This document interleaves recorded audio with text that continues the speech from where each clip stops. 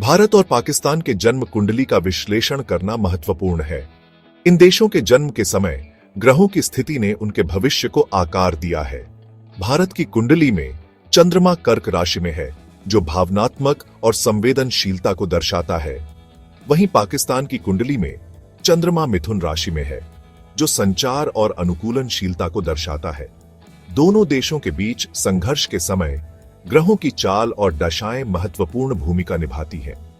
1965 के युद्ध के दौरान शनि और मंगल का प्रभाव दोनों देशों की कुंडली में देखा गया।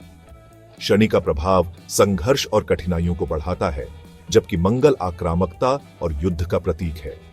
इन ग्रहों की स्थिति ने दोनों देशों के बीच तनाव को बढ़ावा दिया। इसके अलावा राहु और केतु का प्रभाव भी महत्वपूर्ण था, जो भ्रम और अनिश्चितता को दर्शाता है। इन ग्रहों की चाल और दशाओं ने युद्ध की परिस्थितियों को और जटिल बना दिया।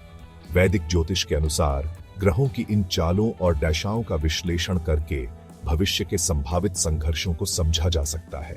ये इंसाइट्स हमें पास्ट और प्रेजेंट इवेंट्स को समझने में मदद कर सकते हैं। ये एनर्जी कई तरीकों से मैनिफेस्ट हो सकती है।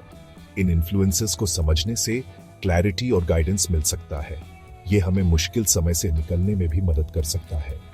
भारत की कुंडली में चंद्रमा चौथे भाव में स्थित है, जो मातृभूमि और भावनात्मक सुरक्षा को दर्शाता है।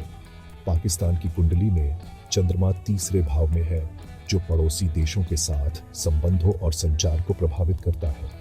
1965 के युद्ध के समय शनि और मंगल का सप्तम भाव में संयोग हुआ, जो साझेदारी और संघर्ष को दर्शाता है।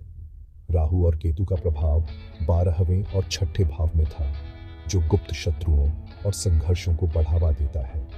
इन ग्रहों की चाल और दशाओं ने युद्ध की परिस्थितियों को और जटिल बना दिया। वैदिक ज्योतिष के अनुसार ग्रहों की इन चालों और दशाओं का विश्लेषण करके भविष्य के संभावित संघर्षों को समझा जा सकता है। ये इंसाइट्स हमें पास्ट और प्रेजेंट इवेंट्स को समझने में मदद कर सकते हैं। ये एनर्जी कई तरीकों से मैनिफेस्ट हो सकती है। इन इन्फ्लुएंसेस को समझने से क्लैरिटी और गाइडेंस मिल सकता है। ये हमें मुश्किल समय से निकलने में भी मदद कर सकता है। वैदिक ज्योतिष में कुछ प्लैनेट्स नेचुरली खराब माने जाते हैं। इनमें मार्स, सैटर्न, राहु और केतु शामिल है। बर्थ चार्ट्स में या ट्रांजिट के दौरान इनकी प्लेसमेंट और एस्पेक्ट्स पोटेंशियल चैलेंजेस बता सकते हैं। मार्स, जो वॉर और एग्रेशन का प्लेनेट है, झगड़े और कॉन्फ्लिक्ट बढ़ा सकता है। सैटर्न, जो कर्म और रिस्ट्रिक्शंस का प्लेनेट है, रुकावटें और देरी ला सकता है। राहु और केतु, जो मून के नॉर्थ और साउथ नोड्स हैं, शैडो प्लेनेट्स हैं, जो डिसरप्शन और अचानक चेंजेस से जुड़े हैं। इनका असर अक्सर अनएक्सपेक्टेड इवेंट्स या उथल पुथल के रूप में दिखता है। जब ये खराब प्लेनेट्स ट्रांजिट में प्रोमिनेंट होते हैं या अनफेवरेबल एस्पेक्ट्स बनाते हैं, तो ये कॉन्फ्लिक्ट की संभावना को बढ़ा सकते हैं। बर्थ चार्ट या मुंडन ज्योतिष में छठा, 7वां और 12वां हाउस कॉन्फ्लिक्ट और चैलेंजेस से रिलेटेड होते हैं।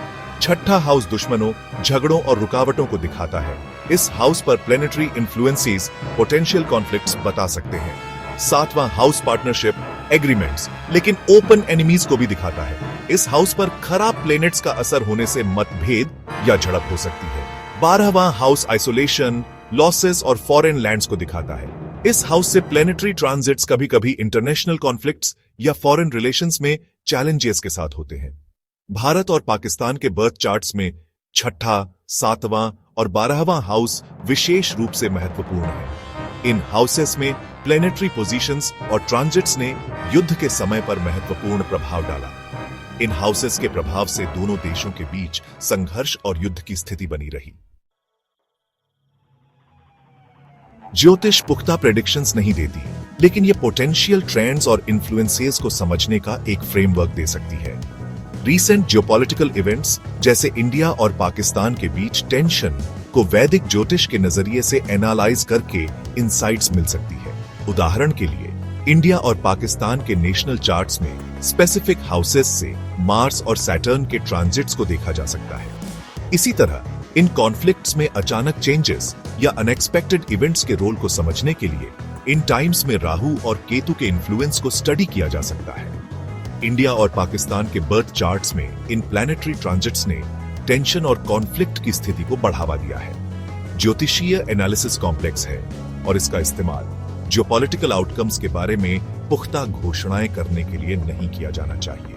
हालांकि ये अंडरलाइंग एनर्जी और प्ले में पोटेंशियल इन्फ्लुएंसेस पर वैल्यूएबल पर्सपेक्टिव्स दे सकता है, जो भारत पाकिस्तान युद्ध के ज्योतिषीय कारणों को समझने में मदद कर सकता है।